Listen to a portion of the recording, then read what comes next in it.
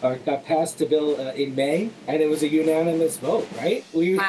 It's Yes, that's unanimously. huge. Hey everyone, as we continue looking at Gate Safety Awareness Week this month in October, I wanted to bring back a really special guest, Mike DeLorenzo. Mike has been with the AFA doing volunteer work for a long time, but you can tell we both have a lot of AFA clothes. I guess.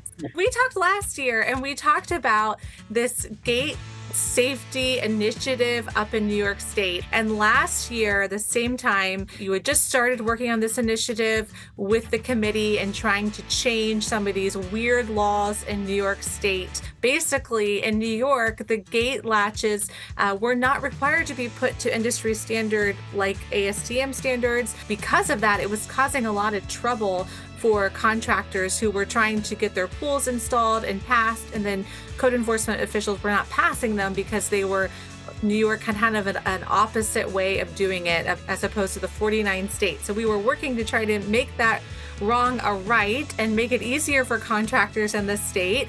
So tell us where we are today, Mike. This has been a whirlwind of a year, that's for sure. We worked really hard together, and we have some positive news, right? We came out of this as victors, and the track record between presenting it, getting an email to Senator Gallivan and having him come across it and just have him highlight and say, well, my gate wasn't working this morning, and Yeah. I think I want to take a look at this.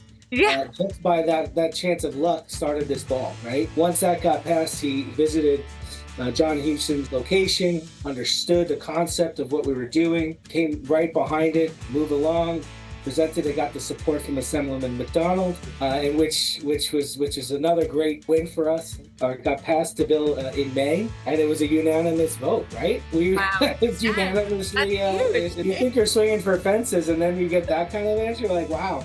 Yes. I guess this is true. This is something that was really important for not only the state legislative, but for the contractors, for the members that are trying every day to do the right thing for their communities. And happenstance by August 30th, Governor Holt signed into law, and here we are.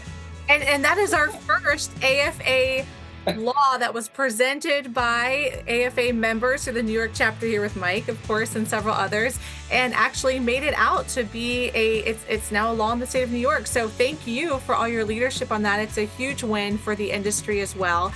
And if you could just tell us, like, one thing, if you're a contractor, how does this help you, or how will this make your life easier by this passing? So I know, especially with our state, and we have yet to pass this along in a full front, which will be this week, to really present that now they can breathe easy, do the right thing by their customers, not have a problem with feeling liability to if it's done right or wrong.